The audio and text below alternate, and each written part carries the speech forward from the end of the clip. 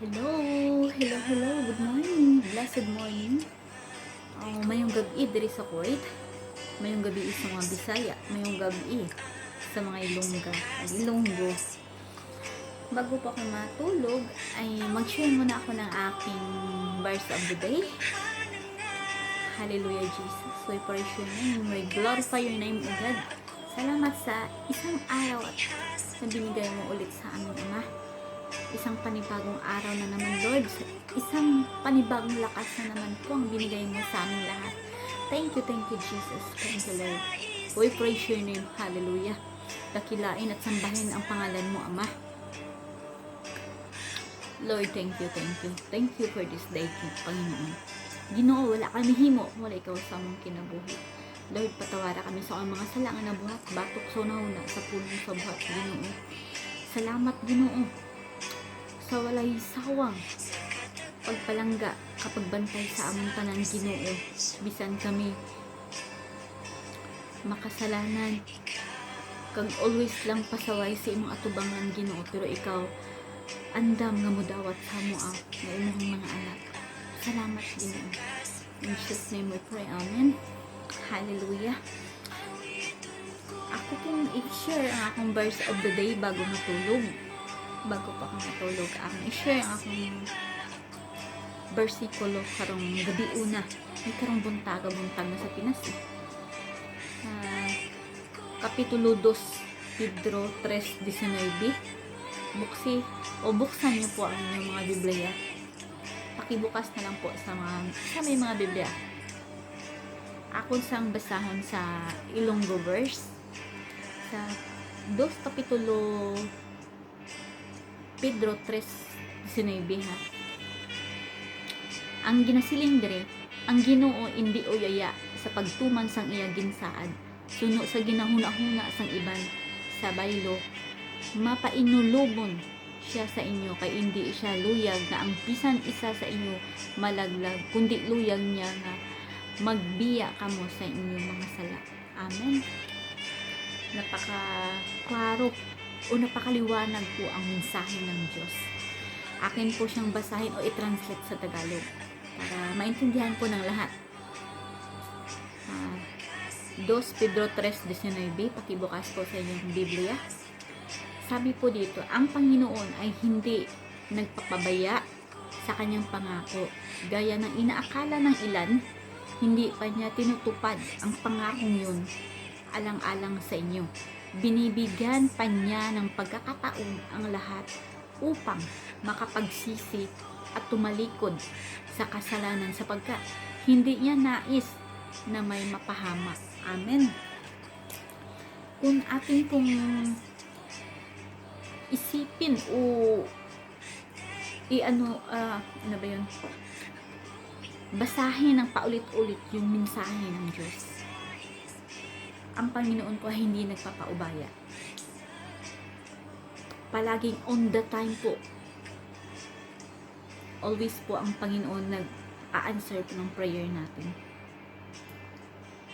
May nagsasabi na inaakala ng ilan hindi pa niya tinutupad. Wait ka lang po. Kung sa panahon ngayon na hindi pa natupad yung mga prayers mo, huwag ka po mag-stop sa pag-pray. Hingin mo agad humingi ka pa ng humingi at mag-pray ka lang mag-pray at sumunod po tayo. Lumakad po tayo direct to the Lord. Dahil pag ikaw po ay back to zero na po, yung mga prayers mo, sana parating na yun eh. Pag ikaw po ay nag-stop, hindi stop na rin yung hinihingi mo, hindi na rin siguro darating yun. Dahil nag-stop ka rin. Diba yung sabi? Tapos, yung sinasabi dito na binibigyan, tinutupad ang pangakong yun alang-alang sa inyo. Tinutupad talaga ng Panginoon ng mga promise niya. Hindi yun lang nalalaman. Minsan kasi ang tao naiinip eh. Gusto niya, pag may hinihingi sa Panginoon, pag pray niya, gusto niya bukas, andyan na yung pinipray niya. Yan yung taong nagmamadali. Pero may kasabihan, di ba? Pag nagmamadali ka, hindi madapa. Kaya, hinay-hinay lang tayo. step by step po yung binibigay ng Diyos sa atin. Hindi po yun, alam din po ng Panginoon kung para yan sa'yo. Alam nga naman, bibigyan ka ng truck, bibigyan ka ng kotse na hindi ka naman marunong mag-drive. Hindi kailangan mo muna mag-driving or mag-schooling ka muna ng pag-drive, di ba? Bago ka magkaroon ng kotse. Di ba? Yan ang ginagawa ng Panginoon, step by step po. Hindi yung paghingi mo gusto mo agad bukas andyan na. Hindi naman ganyan. Step by step yung paano, kasi tinitingnan po ni Lord kung hindi ba nakakasama o ano ba yun sa'yo, o okay ba sa iyo yung ibigay yan, na hindi ba nakakaapekto ng mga faith natin dyan. Baka pagdating dyan sa ganyan na meron na siyang cellphone na hindi na siya nakapag-pray, puro na siya ML.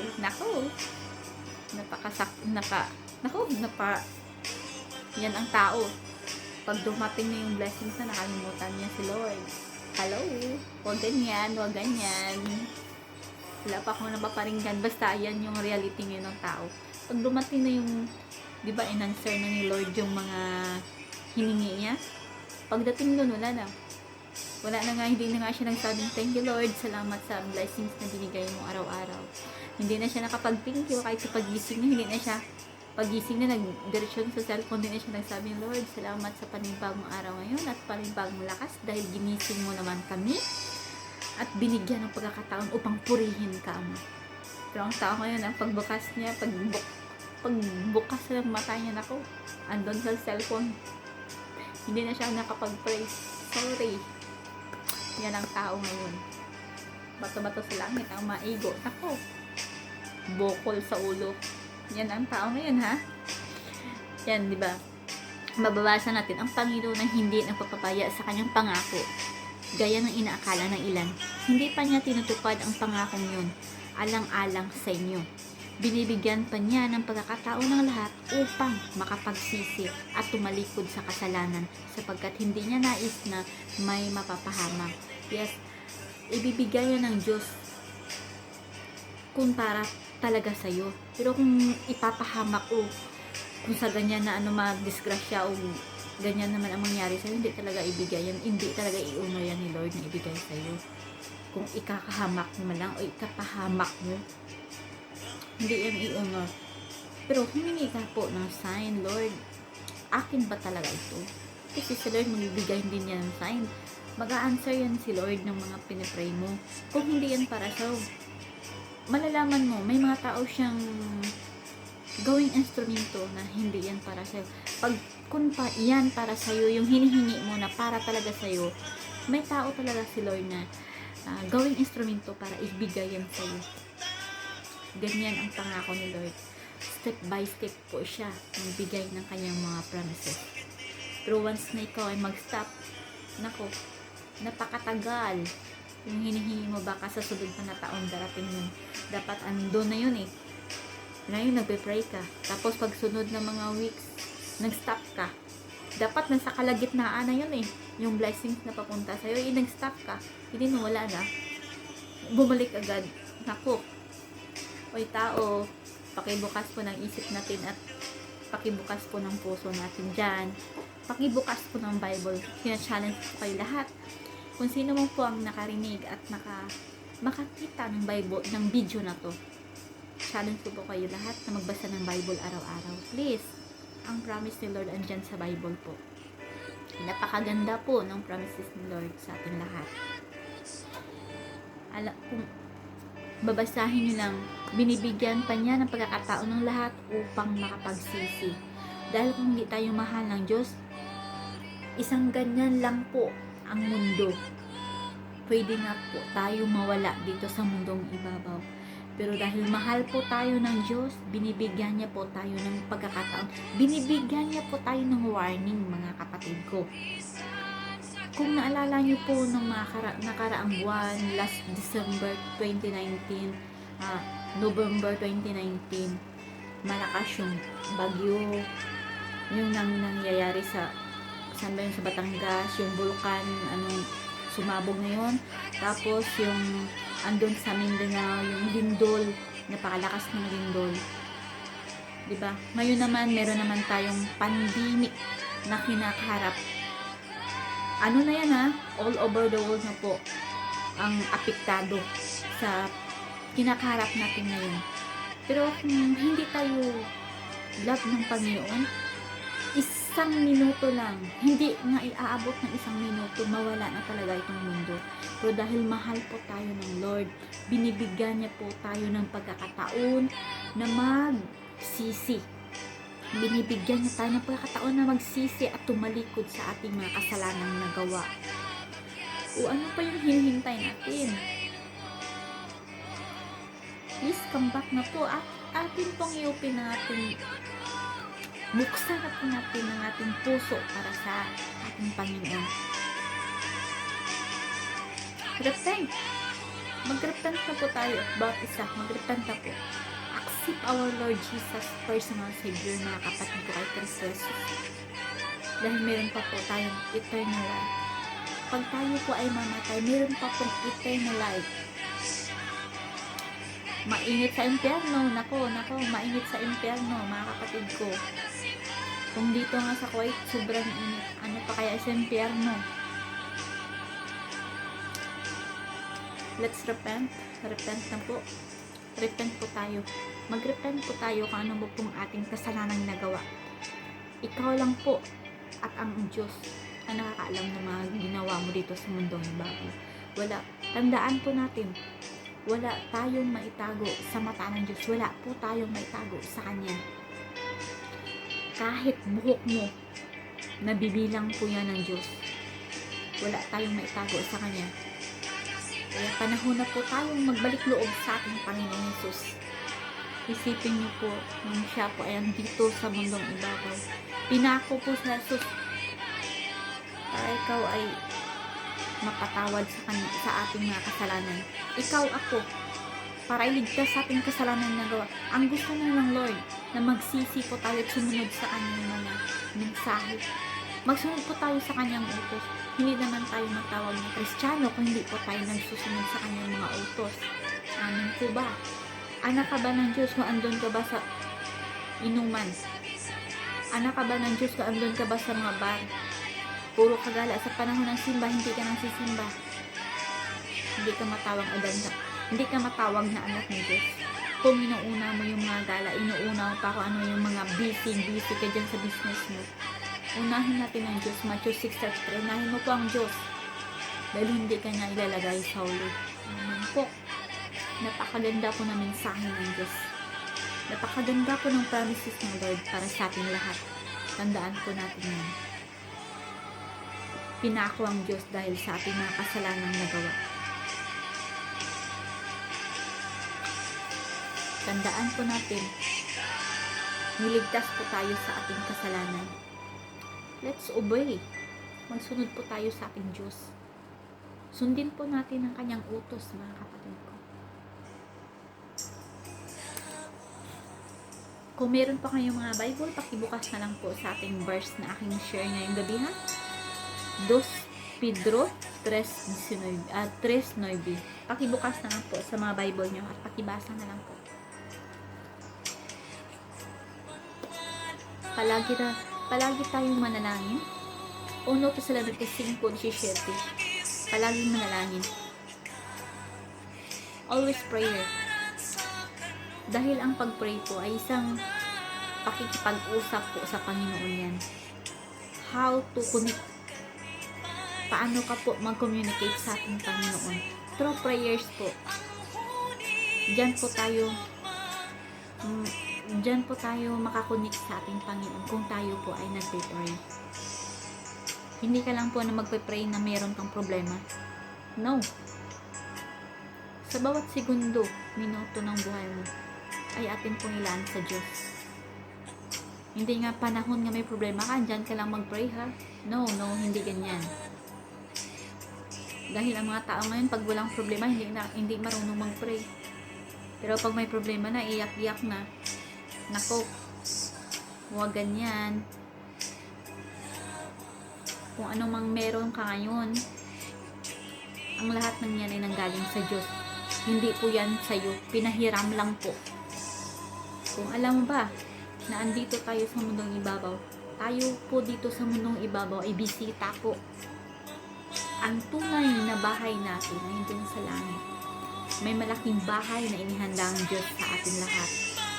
Kaya wag po tayo mag-ipon ng yaman dito sa mundong ibabaw.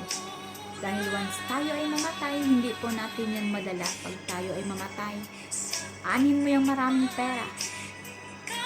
Pag mamatay ka, iwan mo lang dito sa lupa. Hindi mo yan madalas langit. Hindi mo rin yan madalas sa impyerno, kapatid, pag ikaw ay mamatay. Kung marami kang blessings, i-share mo po sa mga taong hindi pa nakakain. Ikaw busog, yung ibang tao nagugutom. Mag-share po tayo. Mag-share po tayo na nanggaling po sa ating bukal na kinasing-kasing na paghatag sa kauban na po. Hindi nga naghatag ka, nagsipo kang bagulbol. Nagsipo kang wakal. Kinasing-kasing na paghatag. Kaya ang Ginoo nagalantaw sa kasing-kasing.